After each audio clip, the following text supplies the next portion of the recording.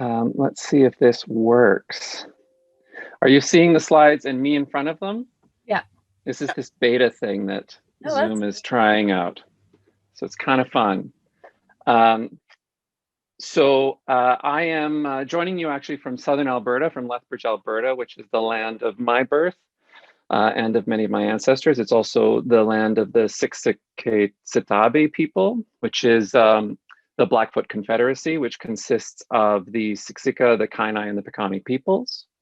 And so I'm very pleased to be out here under these big open skies today. So this presentation will discuss what I learned adapting the blended model of my course, Drama 100, Introduction to Theater, and for remote delivery, and how it changed what the course will look like upon return to campus. Drama 100 includes both skills-based pedagogy and content-based pedagogy, and topics include theories on the nature of theatricality, performativity, affect, mimesis and representation, intercultural performance, and the ways in which theater reflects, interrogates, reifies, even subverts assumptions about the human condition. Enrollment ranges in any given year from 180 to 240 students. We had 180 last year. The course has been using a flipped classroom model since before the pandemic, and we retained that model for remote learning. Course materials are delivered through online modules. This consists of a weekly screening or reading of a production, plus 50 minutes of lecture videos discussing theoretical concepts. Then students will meet with me synchronously once per week for a 90-minute group discussion, although we only use about 60 minutes of that in a given week. And then they have a synchronous tutorial with a TA. The tutorials are dedicated to creating performance work that reflects the theoretical concepts discussed in class. So tweaks in course design and delivery forced by the pandemic yielded unexpected benefits, including an uptick in the quality of student work. So I'm going to share my reflections on why I think this might have been the case. Because as the semester progressed, I discovered small but effective strategies for fostering community and wellness that I think will be useful as we return to campus. So I began with this question: how can I make the alienating experience of remote learning more humane? And there were ideas related to affect and theater studies and affect that popped into the front of my mind. So scholar Eleanor Fuchs describes the experience of watching a play as a visit to a small planet. Essentially, as spectators, we encounter simulated worlds, and in the first few minutes of a production, we're bombarded with sensory stimuli, and we're asked to orient ourselves into the unfamiliar circumstances of this new play world. But isn't that what we do in everyday life, right? The only difference is that we're not self-consciously aware of ourselves as spectators in the given moment. But we encounter the world as filtered through our senses, much like we do a production, what we perceive, what we select for attention consciously and unconsciously, and what we cognitively process into comprehension. That's what comprises our moment-by-moment experience of our existence. So it's not a big leap, or in the spirit of ICE, a big extension, to apply what we've learned about affect and spectatorship to the affect of just existing, but particularly the affect of being a student with remote learning. So in that spirit, I leaned on the work of two scholars, Hurley and Ahmed, for a little bit of help with thinking about affect. So Hurley in Theater and Feeling describes the feeling of being at the theater using three ideas: affect, emotion, and mood.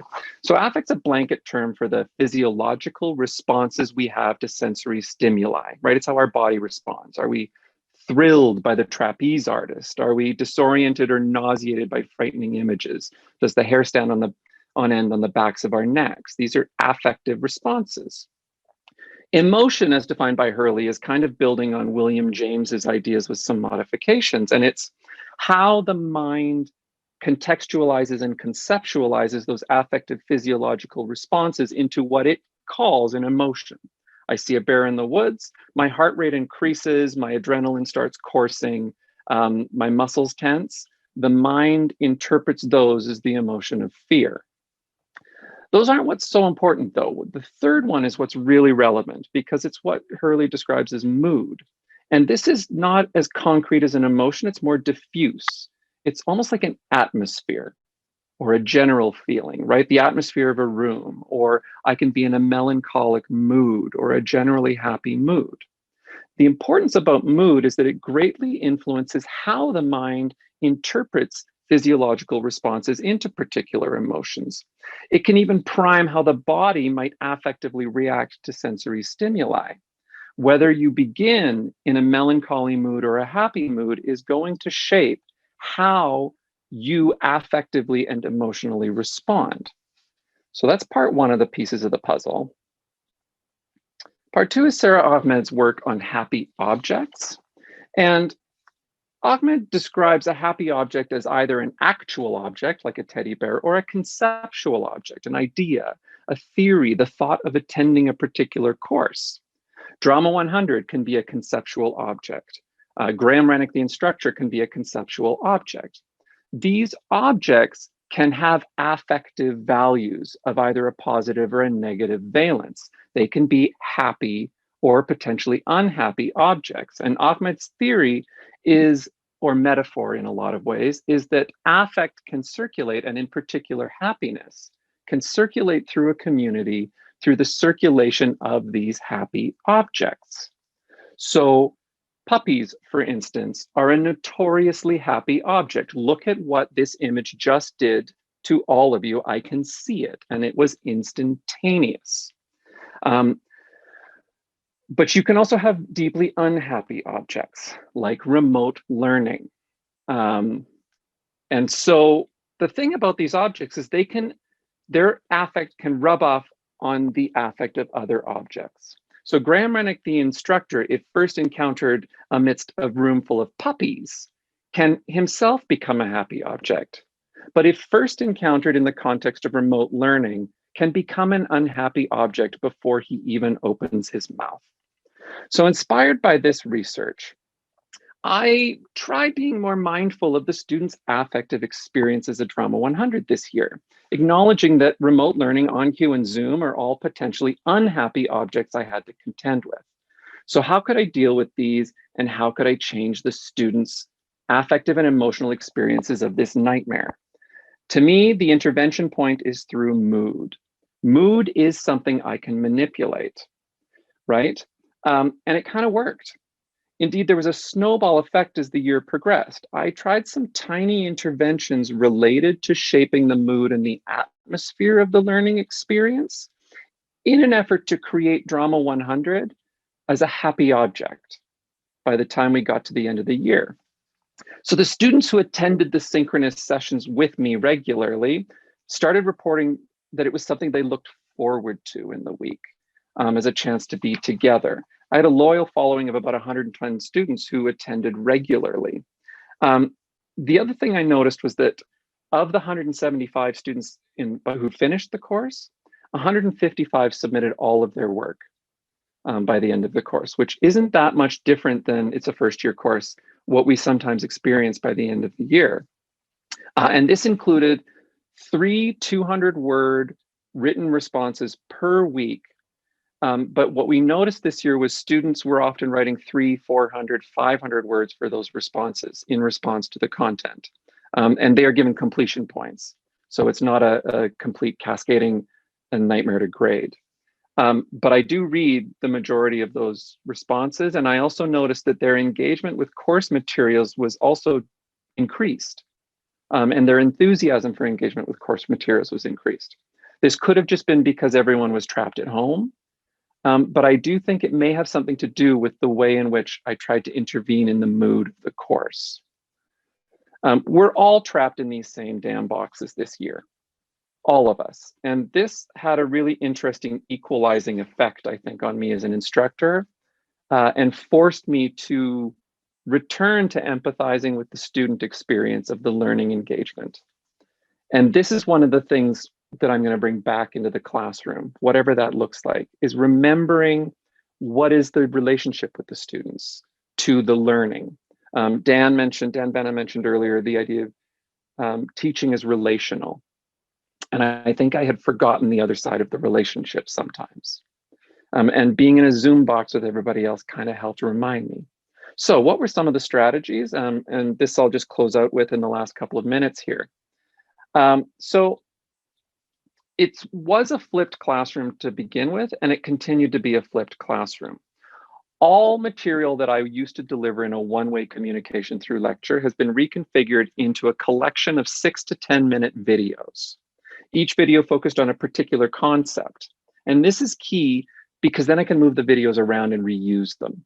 So if I was going to discuss theatricality, it was in one video. And if I was going to apply it to Hamlet as an example, I put that in a separate video so that the next year I could sub out my example and apply it to something different, but retain the theatricality video.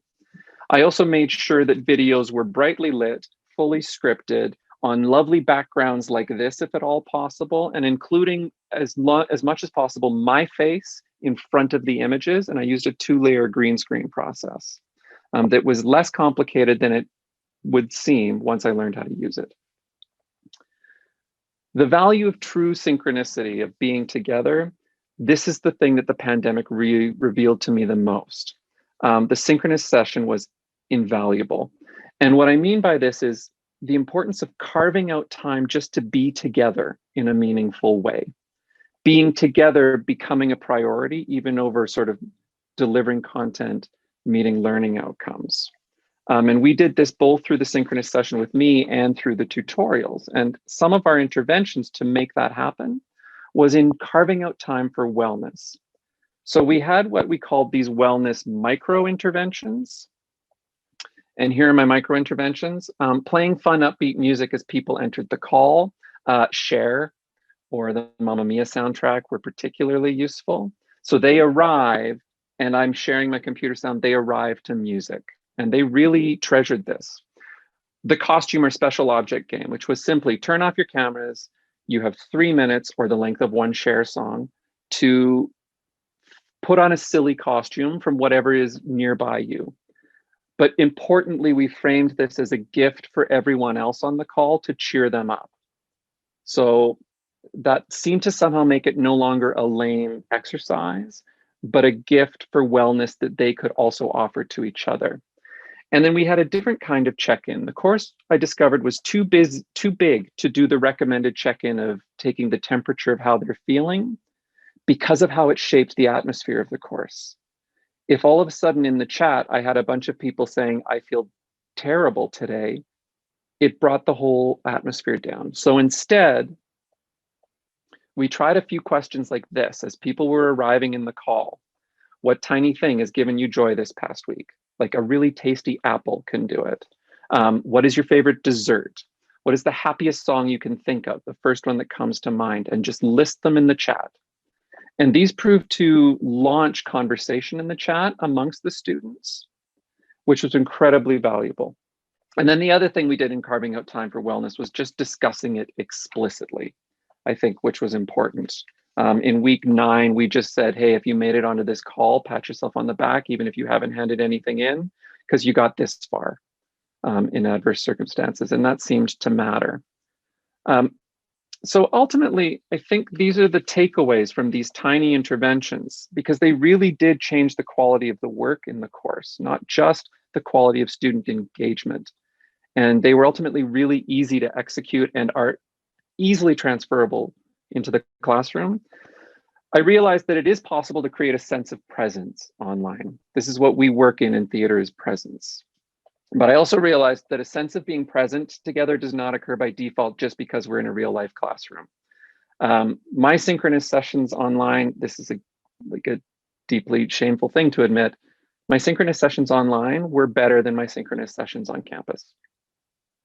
And I think it's because I had to be thoughtful about engagement in a new way. And I could see them in their boxes when they disengaged much more acutely than I could in the lecture hall. Even when they had their cameras off, which was the majority of the time. And then strategic interventions can support the creation of presence and community. They had their cameras off, but by the time we got to midterm, it was a full year course, our chat was blazing, exciting throughout the entire course. And I'm gonna miss that chat desperately, to the point where I think I may find a way for us to have the chat in the lecture hall and project it on the screens so that that chat is still there. It was a way for students to interface with me and interact with me in ways that I've never had before. And I'm really going to miss it. So thanks, everyone. It was a challenging year, and there's a lot of stuff I sure don't want to repeat, but there's a few little simple things that I am going to take away from it.